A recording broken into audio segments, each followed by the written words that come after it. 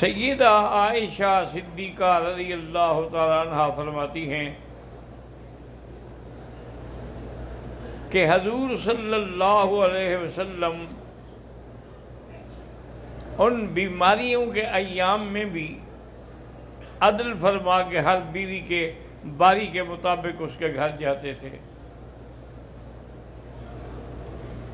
لیکن یہ بھی پوچھا کرتے تھے کہ این انا غدن، کہ کل میری کس کے پاس باری ہے؟ تو بی بی انہیں سمجھ لیا کہ حضور بی بی عائشہ کے گھر جانا چاہتے ہیں، تو سب بیویوں نے متفق ہو کر حضور کو عرض کیا کہ حضور ہماری طرف سے اجازت ہے،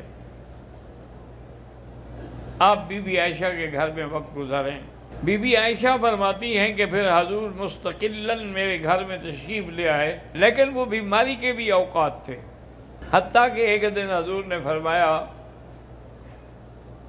عائشہ انی اجد علم الطعام الذی اکلت بخیبر، جو خیبر میں مجھے زہر دیا گیا تھا اس کے اثرات اب مجھ پہ ظاہر ہو رہے ہیں، ھذا انقطاع اوان ابہری، میری آنتیں گویا کہ کٹ رہی ہے۔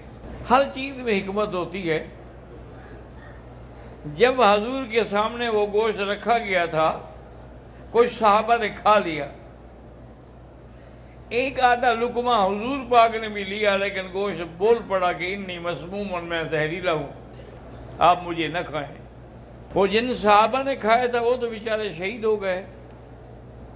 حضور صلی اللہ علیہ وسلم کو اللہ نے محفوظ رکھا، اس وقت تو کوئی اثر نہ ہوا، لیکن موت کے قریب آ کے اثر ظاہر ہوا۔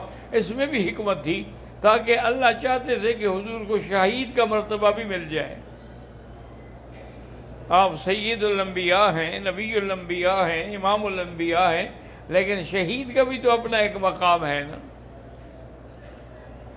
اور اگر کوئی زہر سے مرا ہے تو وہ شہید ہے۔ حضور صلی اللہ علیہ وسلم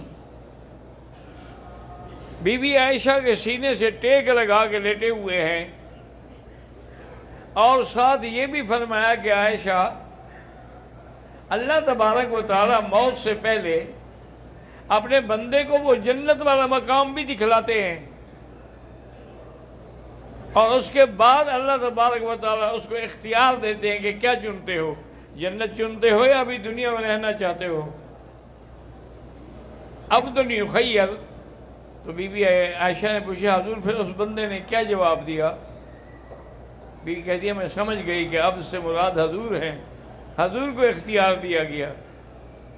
تو حضور نے فرمایا کہ اللہم الرفیق الاعلی،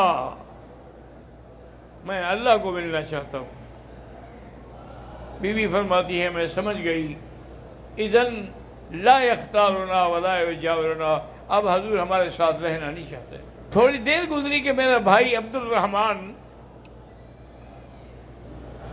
ہاتھ میں مسواک لے کر آیا،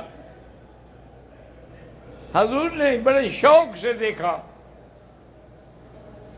بی بی عائشہ فرماتی ہے میں سمجھ گئی کہ حضور کو مسواک کی ضرورت ہے۔ میں نے اشارہ کیا، عبد الرحمن نے مسواک حضور کے پیش کیا، لیکن حضور نے مجھے دے دیا اور کہا کہ عائشہ اب مجھ میں طاقت نہیں ہے اس کو چبانے کی، مجھے چبا کے دے دو۔ تو بی بی عائشہ فرماتی ہیں کہ میں نے وہ چبا کر حضور پاک صلی اللہ علیہ وسلم کو دیا، تو فرماتی ہے یہ میری کتنی بڑی خوش نصیبی ہے کہ جمع اللہ بین ریقی و ریقہ، کہ ہمارا لعاب آخری وقت میں اکٹھا ہوا۔